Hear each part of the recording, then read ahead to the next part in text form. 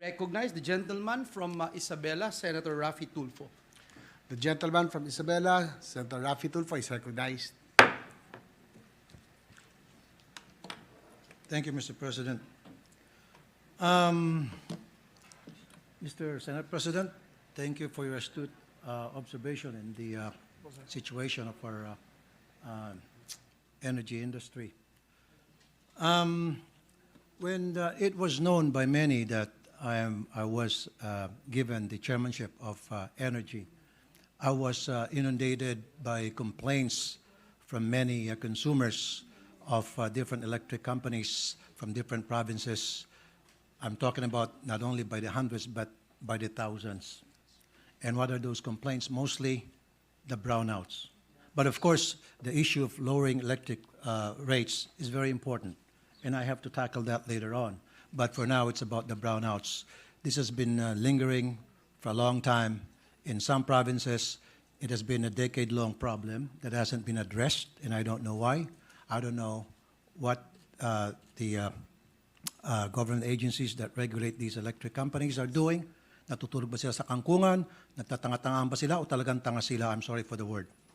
But nakakapiko na po talaga because when I was still a broadcaster doing this public service show, Wanted sa radyo, day in and day out, I received complaints from regular consumers na yung bang palaging brown out, na piperwisyo na po yung kanilang mga appliances, nasisira po yung kanilang mga refrigerator, meron pa dyan, meron siyang maliit na negosyo, piso net, nagkakabigyo-bagiba na dahil patay sindi yung kanilang ilaw, and then meron dyan yung kanilang mga anak, gusto mag-aral sa gabi, hindi nakapag-aral dahil kailangan bumili ng kandila, sometimes walang mabibiling kandila, so they use their cellphone para mailawan yung pag-aaral ng kanilang mga bata.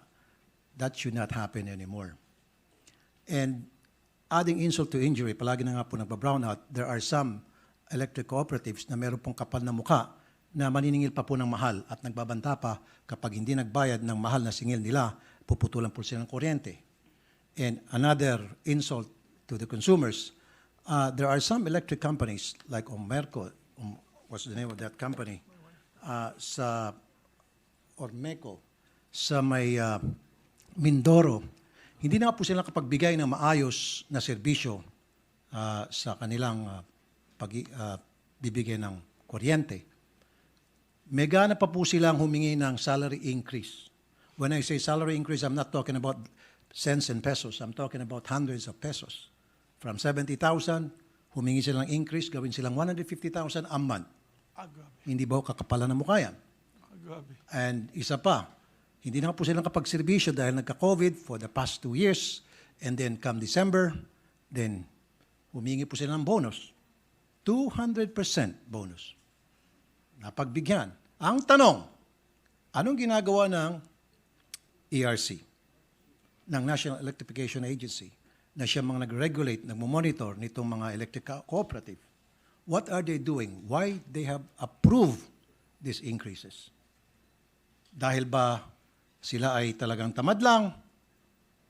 O dahil ba sila ay kaibigan nito mga electric companies? I'm sorry, the good lady Senator Riza Ontiveros here said na kailangan natin tulungan itong mga electric cooperative. And I agree, so that they can give us quality service. I really agree. Pero bago natin sila tulungan, bago sila tulungan ng gobyerno, tulungan muna nila ang mga naghihikaos nating mga consumer. I think that is my stand. Because right now, all over the country, I'm talking about by the dozens of electric cooperatives, are remiss of giving quality service sa kanilang mga consumer at palagi na lang pong brown out. And when it comes to monitoring, I wonder anong ginagawa po ng mga government agencies na sana sila nag-regulate. I don't know what they've been doing at approve lang po sila ng approve. That's why isa po sa mga gagawin ko is kapag nag-renew po ng kanilang mga prangkisa, ito mga electric companies, cooperatives, there has to be a technical review because that has been struck down. Before, nireview po yan ng NIA. bago maipasa po sa Kongreso, sa lower house and upper house. Now, wala na po. All or any of the electric companies that would like to have a franchise, all they need to do is just submit to Congress yung kanilang willingness na magkaroon ng electric company, papakita lang na meron silang pera, capable sila na put up a electric company, and then they have a legal technicality know-how. Pero, hindi po kasama sa requirement na itong mga electric company na nag-apply, they should have technical know-how. Because some of them, they don't know what they're doing. Basta andar lang sila ng andar, singil ng singil, tama na. Okay. Now, first and foremost, that has to be addressed, Mr. President. I really understand na kailangan mapababa po natin ang presyo ng kuryente, pero for me, talagang yung brownout has to be addressed because even while we speak, tuloy-tuloy pa rin po pumapasok yung mga complaints sa aking radio program by the thousands na sabi ko kanina earlier, and the complaints are mostly brownout. They didn't say na mahal ang singil ng kuryente, ayaw na namin dahil pagkamahal-mahal. No, they didn't say that. What they've been saying is, walang problema kung magbabayad kami ng mahal as long as they deliver. Yun po yung, Mr. President, ang nakaka-insulto na panahon na para mabigyan natin ng aksyon.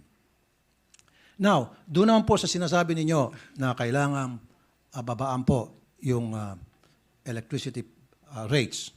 Of course, that is very, very important. I think yung ating mga agencies, government agencies tulad ng ERC, NEA, kailangan po siguro reviewin po yung mga contract. Bakit po sila approve na lang ng increase? Justifiable ho ba yung mga increase na ni-request nito mga kooperatiba? Nadi-justify ba? O baka naman, ito mga, I'm sorry, mga taga-ERC at NEA, siguro nakapikit kayo nung inaaprubahan nyo yung request ng rate increase.